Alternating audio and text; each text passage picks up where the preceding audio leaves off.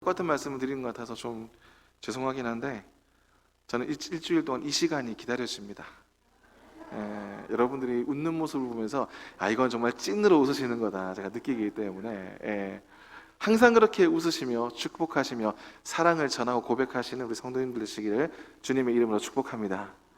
여러분 생각해 보십시오. 믿지 않는 사람이 우연히 교회에 왔는데 우리가 이렇게 진심으로 사랑하는 걸 고백하고 표현하는 걸 본다고 생각해 보십시오. 부럽지 않겠습니까? 모두가 아마 들어오고 싶어 할 겁니다.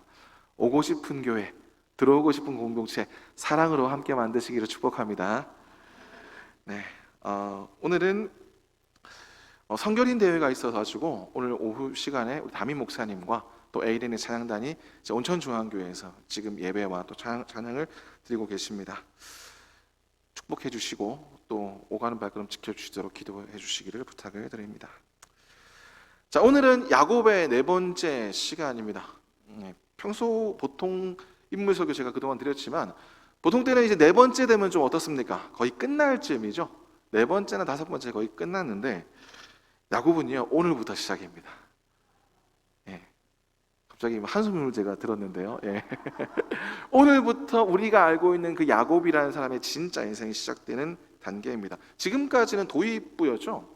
야곱이 어떻게 태어났는지 그리고 야곱이 어떻게 축복을 가로챘는지를 지금까지 바라보았다면 오늘부터는 말 그대로 야곱이 어떻게 복을 받았는가 거기에 대해서 여러분들과 함께 나누고자 합니다.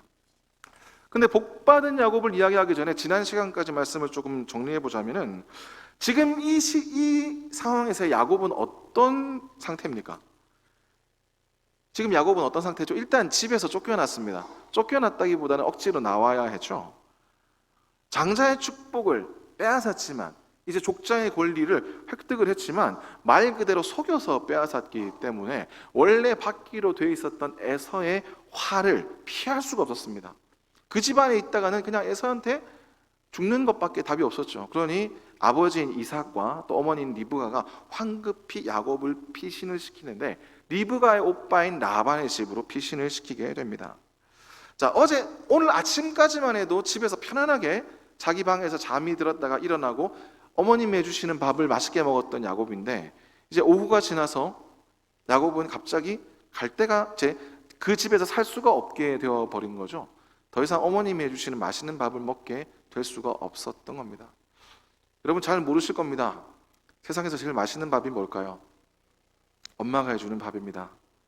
물론 요즘 아이들은 우리 엄마 요리 잘 못해요 이렇게 솔직하게 얘기하는 아이들도 있지만 저는 다행히 저희 어머니께서 요리를 굉장히 잘 하시기 때문에 20살 때까지 어머님이 해주시는 밥을 잘 먹다가 20살 이후로 혼자 독립을 하면서 그 밥이 지금도 그립습니다. 하물며 야곱은 어떨까요? 그래서 야곱은 나그네가 되어서 이제 외삼촌인 라반의 집으로 가게 됩니다. 태어나서 처음 겪는 외로움일 겁니다. 그리고 고난이었을 겁니다. 고독함에 휩싸이게 되죠. 물론 나이가 들면 부모 형제와 떨어져 사는 건 너무나 당연한 일입니다.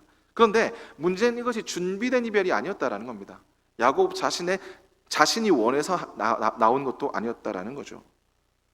오히려 야곱은 지금 일단 묵을 곳이 없습니다.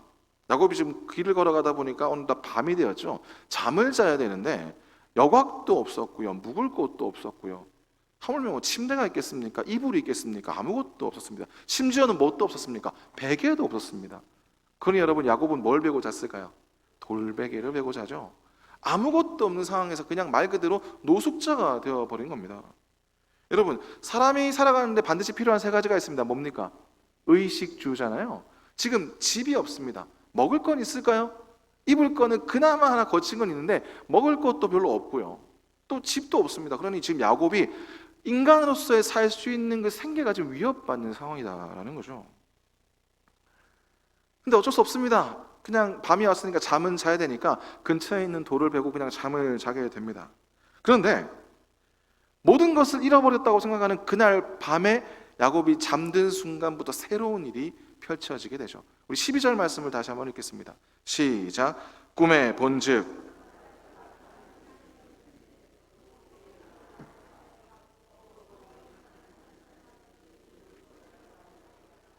아멘. 야곱이 꿈을 꿨습니다. 근데 여러분 돌베개를 베고 자면 잠이 잘 올까요? 아마 잘 안 올 겁니다. 그런데 얼마나 피곤했는지 돌을 베면서 자도 꿈을 깊이 잠들어서 꿈을 꾸기 시작을 하게 된 거죠. 근데 꿈 가운데 어떤 게 있었냐? 커다란 사닥다리가 있습니다. 근데 그 사다리가 얼마나 컸냐면 하늘과 땅이 연결이 되어 있습니다. 영어 성경 번역을 보니까요, 그 킹 제임스 버전에는 이게 레더, 그러니까 사다리라고 번역이 되어 있는데 NIV에 보니까 이거 그 stairway가 계단으로 또 번역이 되어 있더라고요. 그래서 제가 또 히브리어 성경을 찾아봤습니다. 히브리어 성경을 찾아보니까 술람이라는 말이 되어 있더라고요. 이 술람이 무슨 뜻이냐면 쌓다라는 뜻이 있습니다. 쌓아서 올리다라는 뜻이죠. 그래서 일부 신학자들은 이 사다리가 우리가 알고 있는 그냥 일자형 사다리의 모습이 아니고 약간 나선형 계단 있지 않습니까? 그런 모습이다라고 추측하는 폰라드 같은 그런 신학자들도 있는데, 어쨌든 중요한 것은 이 사다리의 모양이 아니라 이게 레더인지 스테어웨이인지 그게 중요한 것이 아니고 중요한 게 뭡니까? 하나님의 나라와 땅이 연결되어 있었다. 그리고 그 가운데 천사들이 왔다 갔다 했다라는 거죠. 무슨 뜻입니까? 하나님께서 본인의 의지로 이 땅과 소통하고 계시다라는 것을 지금 보여주고 계신 겁니다. 하나님께서는 그냥 하늘에만 계신 것이 아니고 이 땅의 사람들이 어떻게 사는지 아무 관심이 없는 것이 아니라 자신의 의지로 이 땅의 사람들을 바라보시면서 이 땅에서도 일하고 계신 하나님, 우리는 볼 수가 있다라는 거죠. 그런데 이걸 지금 누가 보고 있습니까? 야곱이 꿈속에서 보고 있는 겁니다. 그러니까 지금 정작 하나님께서 지금 소통하는 대상이 누구라는 겁니까? 야곱이다라는 거죠. 야곱과 소통하기 위해서 꿈속에서 지금 그걸 보여주셨다라는 얘기죠. 그렇게 야곱과 소통하길 원하시는 하나님께서 야곱에게 이렇게 말씀을 하십니다. 오늘 본문 말씀 13절과 14절 말씀을 다시 한번 읽겠습니다. 시작. 또 본즉 여호와께서 그 위에 서서 이르시되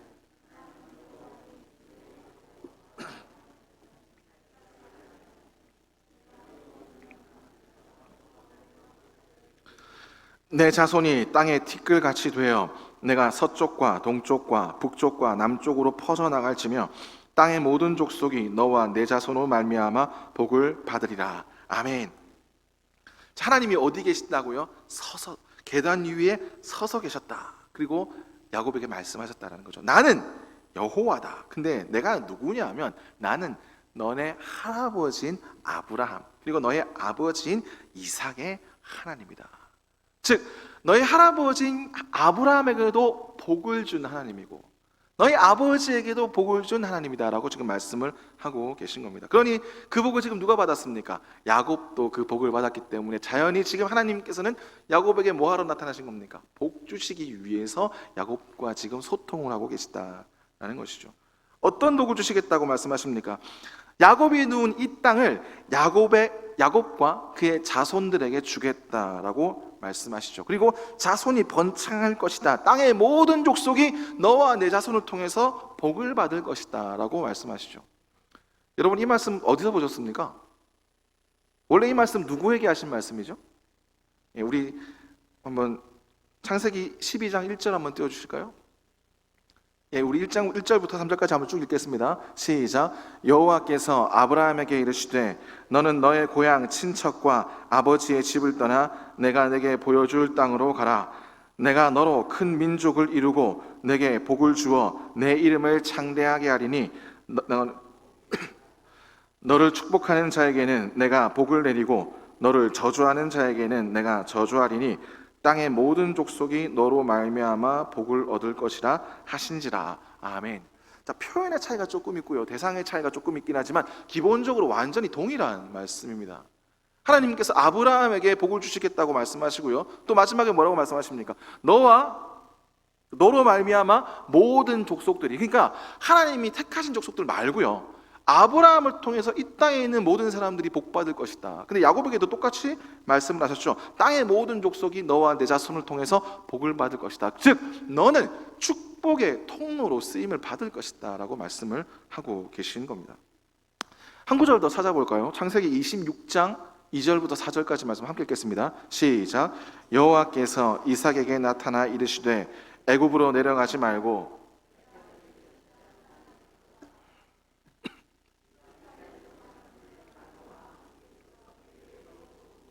내가 이 모든 땅을 너와 내 자손에게 주리라.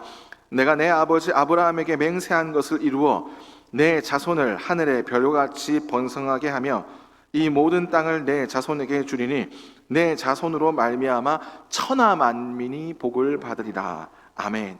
자, 이삭에게는 뭐라고 말씀하십니까? 내 자손들 덕분에 누가요? 천하 만민이, 이 땅의 모든 자들이 복을 받을 것이다 라고 말씀하십니다. 동일한 말씀인 것이죠. 그러니까 이 말씀은 야곱이 하나님께서 말씀하신 축복의 계승자로서 인정하시는 말씀이다라는 겁니다.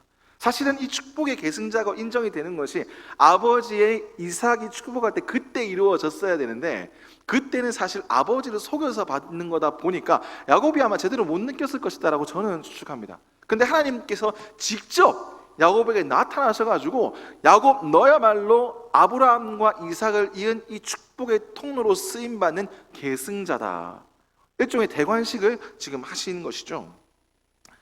우리는 이것을 하나님의 언약이라고 부릅니다. 아브라함과의 언약, 이삭과의 언약, 그리고 야곱과의 언약이다라는 거죠.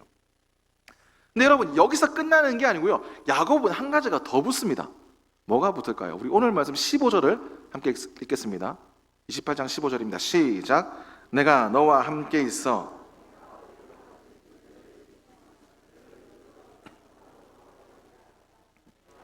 허락한 것을 다 이루기까지 너를 떠나지 아니하리라 하신지라. 아멘. 하나님께서 지금 야곱에게 뭐라고 말씀하십니까? 내가 너와 함께 하겠다. 네가 어디에 있는지 지킬 것이다.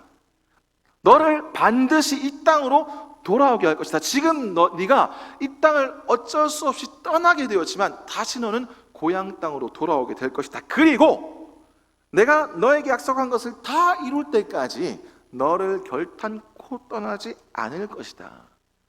너를 떠나지 아니하리라. 오늘 말씀의 제목인 것이죠. 우리가 앞서 읽었던 13절과 14절 말씀은 아브라함에게도 이삭에게도 동일하게 주셨던 가문의 언약이었습니다. 그런데 이 15절의 말씀은 하나님께서 야곱에게 개인적으로 말씀하시는 겁니다. 내가 너를 지킬 것이다. 네가 지금 이 땅을 떠나야 되는 이유를 내가 알고 있다. 하지만 반드시 다시 돌아오게 할 것이다. 너는 내 아버지와 내 할아버지가 세웠던 그 집에서 다시 돌아올 수 있을 것이다. 그리고 내가 지금 약속하는 것, 이거 하나하나를 다 이룰 때까지 내가 결코 떠나지 아니할 것이다 라고 말씀을 하시는 거죠. 여러분, 야곱은 지금 아무것도 없습니다. 부모님을 제대로 만날 수도 없고요, 형이 있는 그 집으로 다시 돌아갈 수도 없습니다. 외삼촌 집으로 걸어가고는 있지만 대체 어떤 것이 펼쳐져 있는지 야곱은 아무것도 잘 모릅니다. 처음 나중에 보면 나오겠지만 그 외삼촌의 딸인 라헬을 처음 봤을 때 누군지 알아보지도 못했죠. 그러니까 아무도 모르는 겁니다. 그러니까 말 그대로 아무것도 갖지 못한, 근데 심지어 그렇게 된 원인이 누구한테 있습니까? 자기 자신한테 있습니다. 이 모든 상황이 좌우자득이기 때문에 누구의 탓도 할 수 없는 그런 상황이었다는 겁니다. 우리가 보통 어려울 때 뭘 합니까? 내가 너무나 어렵다 보면 가끔씩 우리가 뭘 하죠? 남 탓을 하지 않습니까? 그렇게 막 남 탓을 열심히 하다 보면 그래도 조금은 마음이 풀릴 때가 있습니다. 그런데 야곱은 지금 그것도 안 되는 겁니다. 왜냐하면 자기 자신이 이 모든 일을 만들었기 때문이죠. 그러니 야곱이 할 수 있는 건 그냥 돌베개를 베고 노숙하는 것밖에 없었습니다. 아무것도 가지지 못했기 때문이죠. 그런데 그런 야곱에게 하나님께서 지금 친히 나타나셨습니다. 그리고 말씀하시죠. 내가 너를 결코 떠나지 않을 것이다. 그럼 어떻습니까? 우리의 인생 가운데서도 아마 이런 때가 있을 겁니다. 뭔가를 열심히 찾고자 하는데 절대 아무것도 찾지 못할 때가 있을 겁니다. 내 앞에 어떤 문제가 있기 때문에 이 문제를 어떻게 풀어보려고 열심히 노력을 하고 있는데 아무리 노력을 해도 안 풀릴 때가 있을 겁니다. 그러다 보니까 난 어떤 생각이 듭니까? 난 아무것도 할 줄 모르는구나. 난 아무런 능력이 없구나. 내가 변화시킬 수 있는 것이 아무것도 없구나. 근데 심지어 이것을 남 탓할 수도 없고 오직 나의 부족함 때문에, 오직 나의 모자람 때문에 이런 일이 벌어졌구나 생각한다면 우리는 어떤 상황에 놓여져 있을까요? 그저 좌절할 겁니다. 절망할 겁니다. 지푸라기라도 붙잡고 싶은데 잡히는 것이 아무것도 없을 때 그야말로 눈앞에 어둠만 있는 상황인 것이죠. 근데 심지어 그 모든 일이 나 때문에 이루어졌다면, 내 잘못 때문에 이루어졌다면 이걸 누구에게 도움을 요청하겠습니까? 누구 탓을 하겠습니까? 그런데 그 상황에서도 세상 누구도 나를 돌아보지 않는 그때에 하나님께서 나에게 이렇게 말씀하신다는 겁니다. 내가 너를 떠나지 아니하리라. 내가 항상 너와 함께 있을 것이다. 여러분, 내가 잘해서 그런 게 아닙니다. 내가 하나님의 마음에 쏙 들어서 그래 너는 괜찮아, 오케이, 내가 너를 지켜줄게, 지금 이렇게 말씀하시는 것이 아니고, 나는 아무것도 할 수 없고 심지어 나는 범죄를 저질렀는데 하나님 보시기에 고개도 들 수 없는 그런 죄인인데, 그런 나에게 나타나셔서 하나님께서 약속하신다는 겁니다. 내가 너를 지킬 것이다, 내가 너를 절대 떠나지 않을 것이다 라고 말이죠. 여러분들도 이런 경험 다 가지고 계시지 않습니까? 저는 이런 경험이 있습니다. 인생에 있어서 정말로 절망밖에 남지 않았을 때가 저도 있었습니다. 심지어 그것이 다 저의 탓이었습니다. 저의 잘못이었고요. 저만 망가지면 되는데 저 때문에 우리 가족까지, 저희 부모님에게까지 그 영향을 미칠 때가 있었습니다. 아침에 눈을 뜬다는 게 두려웠습니다. 내가 눈 떠도 될까? 내가 뭘 할 수 있지? 이걸 어떻게 해야 하지? 근데 그런 저에게 하나님께서 나타나셔서 하시는 말씀이 그거였습니다. 겁내지 마라. 두려워하지 마라. 아무도 없어도 나는 있지 않느냐. 그것이 하나님의 음성이었습니다. 그래서 저는 이 자리에 서서 여러분들께 지금 말씀을 전할 수 있게 된 것이죠. 여러분들도 아마 이런 경험이 다 있을 겁니다. 우리가 지금 신앙생활을 계속할 수 있는 이유가 바로 그것이죠. 여러분들 삶 가운데서도 물론 기쁜 일이 많은 분도 계시겠지만 지금 굉장히 어려움을 당하시는 분도 계실 겁니다. 눈앞에 정말 절망적인 일이 많이 닥쳐서 이걸 내가 어떻게 해결해야 되지 맨날 고민이신 분이 계실 겁니다. 그래서 열심히 교회에 나오셔가지고 눈물로 기도하시는 분들 아마 많이 계시리라 생각을 합니다. 근데 여러분, 우리가 왜 기도할 수 있을까요? 절망적인 상황에 우리가 왜 교회에 나와서 기도하며 예배를 드릴 수 있을까요? 그리고 절망적인 상황에 왜 우리가 포기하지 않을 수 있을까요? 아무리 절망적인 상황이라 할지라도 한 가지는 확실하기 때문입니다. 그래도 우리의 기도를 들으실 분이 계시다는 것, 그건 우리가 알고 있지 않습니까? 믿으십니까? 우리가 아무리 어려운 상황에 놓여져 있다 할지라도 여러분들 그냥 아무것도 안 하지 않습니다. 우리는 뭐합니까? 기도합니다. 왜? 들으실 분이 계시다는 것을 우리는 알고 있기 때문이죠. 그리고 그분이 어떤 분입니까? 어찌됐든 어떤 상황이든 간에 어쨌든 내 곁에 계실 분이다. 나를 지키실 분이다. 그것을 우리가 믿기 때문에 기도할 수 있고 신앙생활을 할 수 있는 것이죠. 그런데 여러분, 이 복은요, 이 언약은요, 하나님께서 야곱에게 주신 것이기도 하지만 동시에 나에게 주신 것이기도 합니다. 내가 너를 떠나지 아니하리라. 하나님께서 여러분들에게 주신 약속입니다. 할렐루야. 여러분, 야곱의 삶을 생각해 보십시오. 이 모든 일은 야곱과 그의 어머니 리브가가 만든 일입니다. 뭔가 부당한 일을 당해가지고 거기에 대해서 대처하다가 이런 일이 생긴 게 아니고 본인이 아버지를 속인 겁니다. 결코 야곱을 선한 사람이라고 볼 수가 없죠. 그의 의도도 선하지 않았습니다. 그는 그저 빼앗고 싶은 사람이었을 뿐입니다. 그러니 야곱이 하나님 앞에 섰을 때 무슨 자랑할 게 있겠습니까? 아니, 야곱이 어떻게 하나님과 대면한다는 생각조차 할 수 있을까요?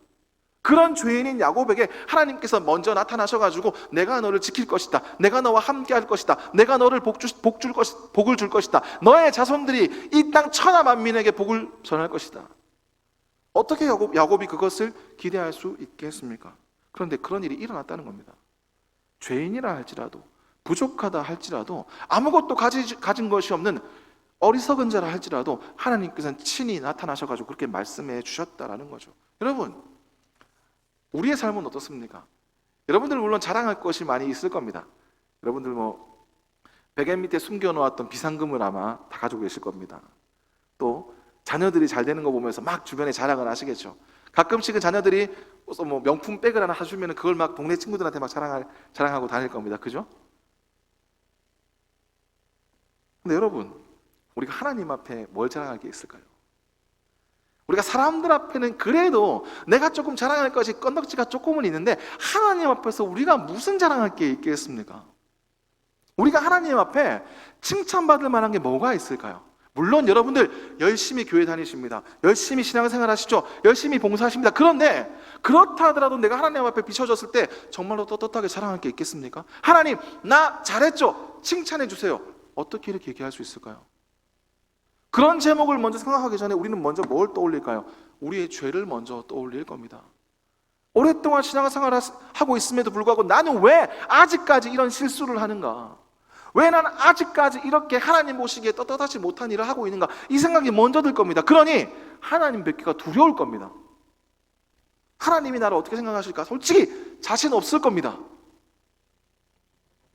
그런데 그런 하나님이 나를 사랑하신다는 것, 그런 하나님이 항상 나를 곁에 두고 계신다는 것, 그리고 그런 하나님이 지금도 내 기도를 들으시고 지금도 나를 지키고 계시다는 것, 그것이 움직일 수 없는 사실이고 현실인 것이죠. 그 하나님의 지키심 때문에 우리가 지금 생명을 가지고 살아계심을 믿으시기를 바랍니다. 하나님의 지키심 없이는 우리는 1분 1초도 살 수 없기 때문이죠. 그러니 여러분, 우리는요 감사할 것밖에 없습니다. 감사할 것밖에 없습니다. 어떤 불평을 가질 수가 있을까요? 야곱은 어떻겠습니까? 아무리 자기 자신의 잘못 때문이지만 이렇게 아무것도 없는 이 삶이, 길바닥에서 노숙을 하면서 돌베개를 베고 자야 된다는 이 현실이 얼마나 불만이겠습니까? 근데 하나님 앞에서 야곱이 과연 그런 불만을 터뜨릴 수 있었을까요? 오히려 그런 야곱에게 나타나셔서 모든 걸 다 더하겠다는 그 말씀을 들으면 야곱은 얼마나 감사할 제목이 많이 생겼을까요? 마찬가지입니다. 다른 건 필요 없습니다. 우리의 기도를 듣고 계신다는 그 하나만으로도 여러분, 우리는 이 세상 누구보다도 큰 감사의 제목이 있음을 믿으시기를 바랍니다. 제가 설교하면서 자주 쓰는 표현이 있는데요, 우리는 비빌 언덕이 있습니다. 그게 뭐 현실로 이루어지든 간에 뭔가 내 문제가 해결되든 간에 그게 중요한 게 아니고 최소한 기도할 대상은 있다는 겁니다. 고할 대상은 있다는 거죠. 나눌 대상은 있다는 겁니다. 최소한 내 이 아픔을 토로할 대상은 있다는 겁니다. 여러분, 세상 사람들이 그런 사람이 있을까요? 그런 대상이 있겠습니까? 없습니다. 우리만 그럴 수 있는 겁니다. 왜? 하나님이 우리를 지키신다는 것을, 우리와 함께 하신다는 것을, 그리고 우리에게 복 주시기를 원하시고 계시다는 것을 우리가 잘 알고 있기 때문이다라는 거죠. 근데 우리는 가끔 이걸 잊어버립니다. 그래서 감사를 못하는 거죠. 감사할 일보다 불만이 쌓이는 겁니다. 하나님, 왜 안 들어주십니까? 하나님, 이렇게 열심히 기도하는데 이때쯤 정도 되면 기도 좀 들어줘야 되지 않습니까? 이렇게 하는 거죠. 근데 여러분, 그런 마음이 드실 때, 그런 생각이 드실 때 가장 먼저 생각하시기 바랍니다. 아, 그래도 나는 비빌 언덕이 있구나.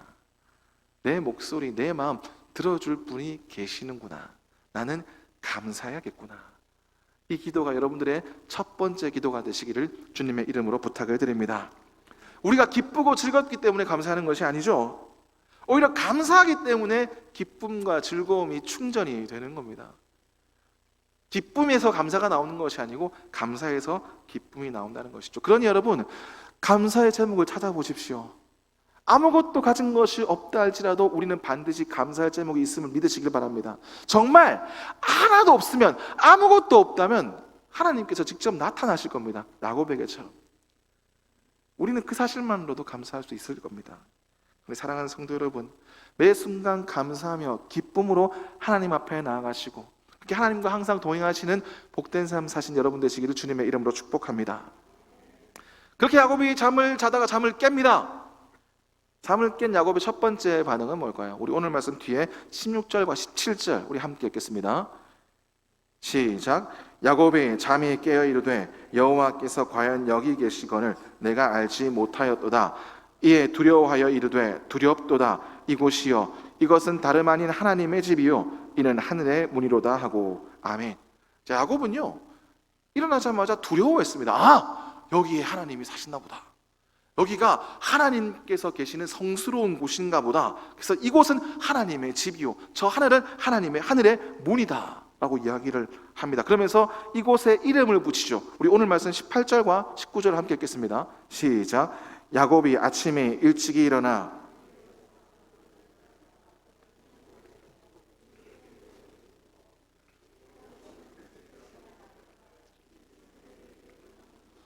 아멘. 여러분들이 너무나 잘 아시는 단어가 나옵니다. 벳엘. 무슨 뜻입니까? 벳. 벳은요, 벳, 히브리어 알파벳에 보면 이제 A, B가 있는데 이 B에 해당하는 게 벳입니다. 벳은 집이라는 뜻입니다. 그리고 L은 뭐죠? 하나님이죠. 그래서 하나님의 집, 벳엘이 되는 겁니다.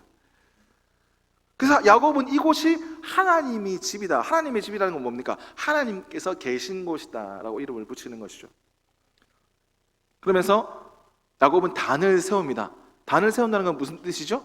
예배를 드린다, 경배를 드린다, 제사를 드린다라는 겁니다. 그런데 여러분, 야곱이 가진 게 뭐가 있습니까? 아무것도 없잖아요. 그러니 베고 있던 돌을 기둥 삼아서 단을 쌓고 그 위에 자기가 가지고 있던 조그만 기름을 부어가지고 어쨌든 자기가 지금 가진 걸 모두 들여서 단을 쌓은 겁니다. 즉 감사의 표현을 하는 것이죠. 그러면서 야곱은 그 뒤에 이렇게 이야기를 합니다. 우리 20절부터 22절까지 말씀 그 뒤에 함께 쭉 읽겠습니다. 시작. 야곱이 서원하여 이르되 하나님이 나와 함께 계셔서 내가 가는 이 길에서 나를 지키시고 먹을 떡과 입을 옷을 주시어 내가 평안히 아버지의 집으로 돌아오게 하시오면 여호와께서 나의 하나님이 되실 것이요 내가 기둥으로 세운 이 돌이 하나님의 집이 될 것이요 하나님께서 내게 주신 모든 것에서 10분의 1을 내가 반드시 하나님께 드리겠나이다 하였더라. 아멘. 야곱은 서원을 합니다. 그리고 말씀하신 대로, 약속하신 대로 자신을 지키시고 자신을 이 땅에 다시 돌아오게 하시면 하나님께서 나의 하나님이 되실 것이고 내가 하나님께 내 모든 소산의 10분의 1, 11조를 드리겠다라고 이야기를 하는 것이죠. 그렇게 이 벳엘, 야곱이 단을 쌓은 이곳은 말 그대로 성지가 됩니다. 그리고 이스라엘 역사 가운데 계속 이어지게 되죠. 우리는 좀 전에 감사하는 야곱을 보면서 야곱의 신앙을 깨달을 수 있습니다. 아, 그래도 야곱은 감사할 줄 아는 사람인가 보다라고 생각을 하게 되는 것이죠. 근데 여러분, 우리가 지난 시간까지의 야곱의 모습을 한번 생각해 봅시다. 야곱이 정말 하나님을 제대로 아는 사람이었을까요? 계속 제가 말씀드리지 않습니까? 어떤 일이 있을 때 가장 먼저 해야 될 것은 뭐냐? 하나님께 여쭤보는 거였다. 뭔가 불만이 있다면 하나님, 저는 왜 둘째로 태어나서 복을 못 받을까요? 먼저 물어봐도 되는 거였다. 그리고 자신이 무슨 일을 할 때 먼저 하나님께 여쭈어보고 하나님, 제가 이런 일을 해도 되겠습니까? 라고 하나님의 뜻을 구하는 것, 그게 기본인데 야곱은 아무것도 하지 않았습니다. 즉 하나님에 대해서 잘 몰랐던 사람이다라는 거죠. 야곱이 지금 이러한 일을 했던 것은 전적으로 야곱과 리브가의 의지 때문이었습니다. 하나님의 뜻이 그 속에 들어가 있는지 우리가 알지 못하는 것이죠. 그러니 야곱에게 과연 신앙이라고 부를 수 있는 게 있는가라고 우리가 의문을 가지게 됩니다. 그리고 여러분, 지금 이제 야곱이 잠을 깨고 난 다음에 서원하는 장면을 우리가 읽었지 않습니까? 뭔가 훌륭해 보이겠지만 사실은요, 이 모든 일은 야곱이 얼마나 부족한 사람이라는 걸 나타내는 대목입니다. 자, 여러분, 야곱은 여기서 하나님을 만났기 때문에 이곳이 되게 속된 말로 얘기하면 영험한 곳이다라고 생각을 한 겁니다. 아, 이곳에 하나님이 사시는구나, 이곳에 하나님이 계시는구나, 그래서 이곳을 하나님의 집이라 이름을 지어야겠구나, 벳엘, 그렇게 지은 겁니다. 근데 여러분, 제가 아까 13절과 14절을 읽으면서 하나님께서 야곱에게 주신 복을 우리가 읽으면서 제가 말씀을 드렸죠. 이 하나님의 언약이 야곱 때 이루어진 것이 아니고 언제부터 이루어졌습니까? 그의 할아버지인 아브라함 때부터 이루어진 거였죠. 즉 아브라함부터 이삭에서 야곱까지 이 축복을 계승하는 자의 기본 조건이 뭡니까? 하나님이 항상 함께 계신다는 거였습니다. 하나님께서 항상 계셔가지고 복 주신다, 이게 축복입니다. 하나님의 축복인 거죠. 그러니까 쉽게 말하면 이런 겁니다. 하나님은 한 번도 야곱을 떠나신 적이 없습니다. 야곱이 하나님을 잘 알지 못할 때도요, 항상 하나님께서는 야곱과 함께 계셨다라는 겁니다. 그러니 이 벳엘, 원래 지명은 루스라는 이 땅이 뭔가 특별해서, 이 땅에 뭔가 영험해서 갑자기 하나님께서 나타난 것이 아니고, 아니면 이 땅이 원래 하나님께서 살고 계시던 땅에 내가 우연히 누워가지고 하나님을 뵌 게 아니라 원래부터 야곱이 알지 못한 때부터 이미 하나님께서는 야곱과 함께 계셨고 이미 한 번도 떠나신 적이 없다라는 거죠. 그러니까 하나님께서는 그 땅에서 야곱에게 복을 주신 게 아니라 그냥 야곱에게 복을 주신 겁니다. 언제부터? 야곱이 태어나기도 전부터, 그의 할아버지 때부터 이미 하나님께서 복을 주셨다라는 거죠. 그러니 여러분, 원래 베델, 하나님이 지금 어디에 있습니까? 아브라함의 가문이 곧 하나님의 집이었다라는 겁니다. 근데 여러분, 야곱이 이걸 몰랐다는 게 문제죠. 원래 하나님께서 함께 계셨는데 야곱이 그걸 몰랐다가 지금 평생 처음으로 제대로 하나님에 대해서 경험을 한 겁니다. 평생 처음으로 하나님을 만난 거죠. 근데 여러분, 야곱이 받고 싶었던 복이 뭡니까? 장자의 복이었잖아요. 그 복이 누구로부터 나온 복입니까? 하나님의 복이었습니다. 하나님으로부터 나오는 복은 그렇게 받기를 원했던 야곱이 정작 하나님이 누군지를 몰랐다니까요. 아이러니하지 않습니까? 근데 여러분, 다시 제가 무슨 말씀 드릴지 아시겠죠? 우리는 어떻습니까? 우리가 맨날 구하는 건 뭡니까? 하나님으로부터 오는 복을 맨날 구합니다. 하나님, 복 주세요. 하나님, 이거 해주세요. 하나님, 저거 들어주세요. 우리 자녀들 좀 잘 되게 해주세요. 맨날 복을 구하는데 정작 우리가 뭘 모릅니까?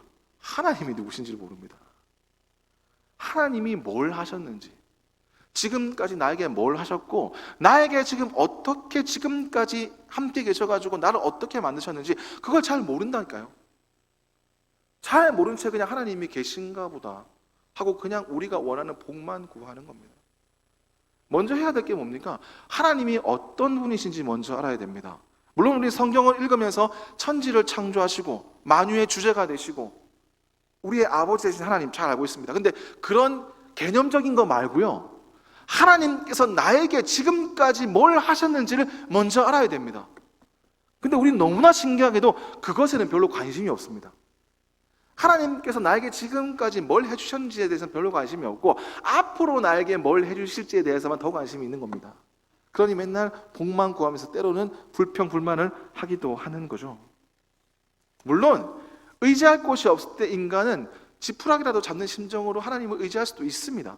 그러나 그보다 먼저 해야 될 것은 우리가 지난 모든 삶 가운데 하나님께서 나에게 무엇을 해주셨는지를 정말 다 깨닫고 있다면 불안해할 필요가 없는 겁니다.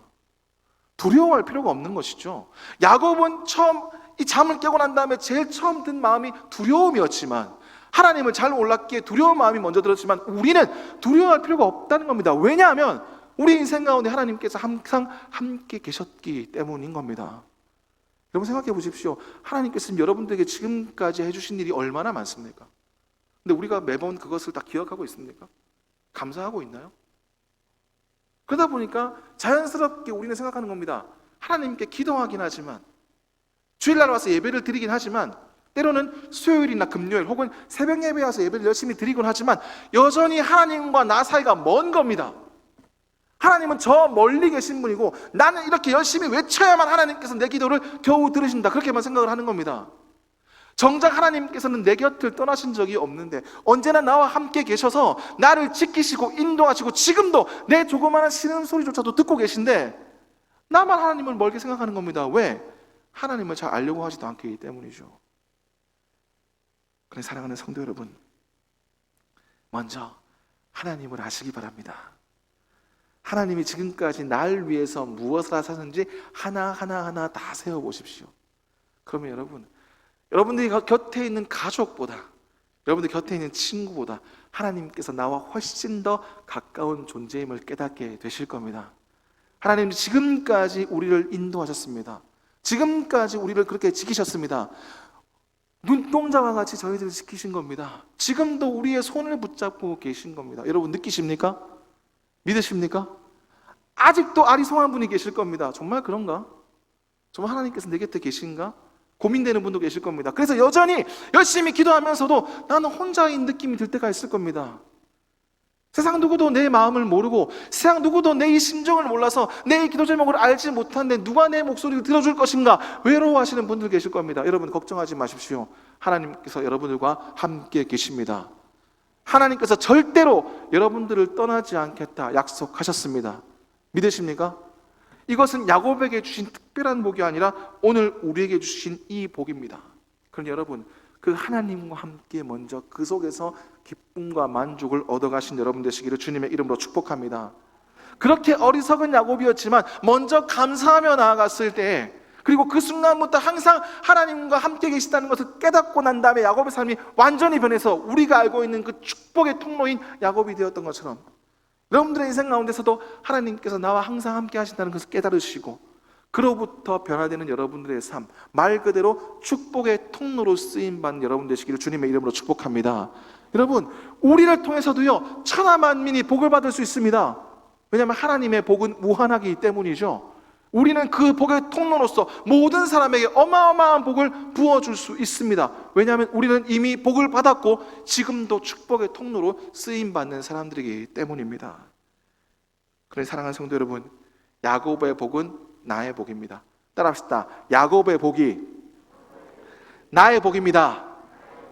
이미 우리는 그 복을 받았고 지금도 받고 있고 앞으로도 받을 겁니다. 그러니 여러분, 복받은 자처럼 사십시오. 복받은 자의 모습으로 사십시오. 하나님과 함께하는 사람으로서의 삶을 사시기를 바랍니다. 외로워하지 마십시오. 하나님이 함께 하십니다. 두려워하지 마십시오. 하나님이 언제나 지키고 계십니다. 사랑하는 성도 여러분, 이 믿음으로 하나님과 함께 동행하시고 언제나 하나님과 함께 살며 그 속에서 기쁨과 즐거움과 만족을 느끼며 살아가시며, 그리고 가장 먼저 하나님께 매 순간 감사하며 살아가시는 우리 복된 성도님들이 다 되시기를 다시 한번 주님의 이름으로 축복합니다. 축복합니다. 우리 주신 말씀 생각하시면서 찬송가 338장 내 주를 가까이 함께 찬송하시겠습니다.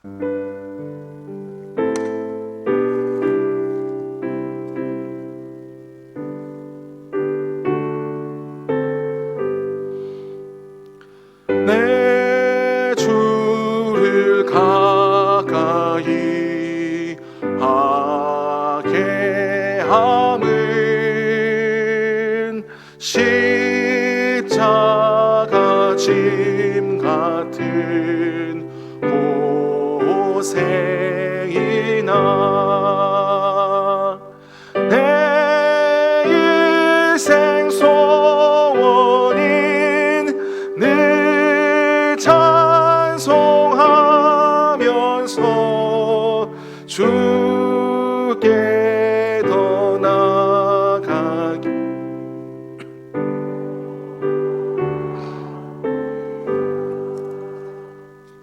내 고생하는 것 옛 야곱이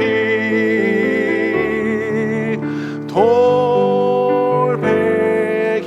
베고 잠 갔습니다.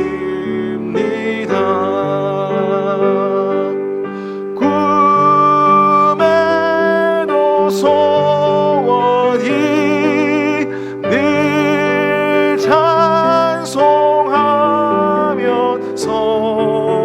주께 더 나아가기 원합니다. 천성에 가는 길 험하여도 생명길 되나니 은혜로다. 천사 날 부르니 늘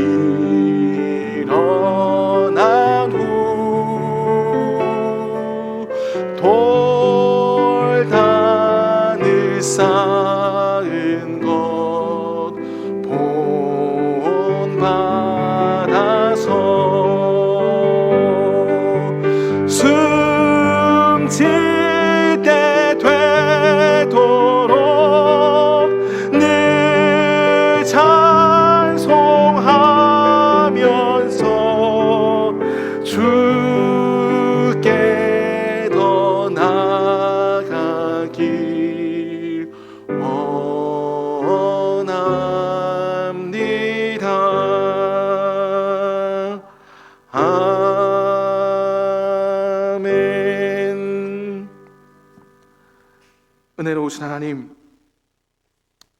믿음이 적었던 어리석은 야곱과 처음부터 함께 하셨고 그를 지키셨으며 한 번도 떠나신 적이 없으셨던 하나님, 그 은혜를 동일하게 저희들에게도 허락하여 주시고, 내가 믿음이 적을 때도 연약할 때도 언제나 나를 지키시며 함께 하셨던 하나님을 찬양합니다. 하나님, 이제는 내가 조금 더 성장하기를 원합니다. 하나님께서 나와 함께 하신다는 것을 다시 한번 깨닫게 하시고, 나를 결코 떠나지 않는다는 것을 확실히 믿게 하시고, 이제는 그저 하나님께 감사함으로 믿음으로 나가는 복된 성도가 되게 하여 주시옵소서. 세상이 나를 어지럽히고 불안하게 만드는 이 상황에서도 그 믿음으로, 하나님과 함께 동행하는 굳건한 그 믿음으로 모든 것을 지혜롭게 하나님의 뜻대로 슬기롭게 극복하며 나가는 복된 성도가 되게 하여 주시옵소서. 복받은 자의 모습으로, 순종하는 자의 모습으로, 평안하는 모습으로 이 어려운 시대를 살게 도와 주시옵소서. 그래서 하나님, 하나님께서 나에게 주시는 그 복을 다른 사람에게 친히 전하게 하시고, 무한하신 하나님의 그 복을 천하만민에게 전하는 축복의 통로로 쓰임받는 복된 성도가 되게 하여 주시옵소서. 어려움을 당하는 성도들이 있습니다. 기도 제목을 가진 성도들의 기도를 들어 응답하여 주시옵소서. 사회적인 참사가 있었습니다. 위로가 필요한 모든 사람들에게 치료가 되어 주시고 위로가 되어 주시옵소서. 각자 어려움을 토로하며 내어놓는 모든 자들에게 들어 응답하여 주시고, 이 땅의 모든 자들이 하나님이 살아계심을 깨닫는 복된 순간이 되게 하여 주시옵소서. 하나님 간구합니다. 바라건대 우리 예동교회가 이 땅에서 하나님을 가장 기쁘시게 해드리는, 가장 사랑이 넘치는 복된 교회가 되게 하여 주시옵소서. 다음 한 주간의 삶도 주님께 모든 걸 맡겨드립니다. 주님 인도하여 주시고 언제나 나와 함께하여 주시옵소서. 주님 사랑합니다. 감사드리며 예수님의 이름으로 기도드립니다. 아멘. 하늘에 계신 우리 아버지, 아버지의 이름을 거룩하게 하시며 아버지의 나라가 오게 하시며 아버지의 뜻이 하늘에서와 같이 땅에서도 이루어지게 하소서. 오늘 우리에게 일용할 양식을 주시고 우리가 우리에게 잘못한 사람을 용서하여 준 것 같이 우리 죄를 용서하여 주시고 우리를 시험에 빠지지 않게 하시고 악에서 구하소서. 나라와 권능과 영광이 영원히 아버지의 것입니다. 아멘.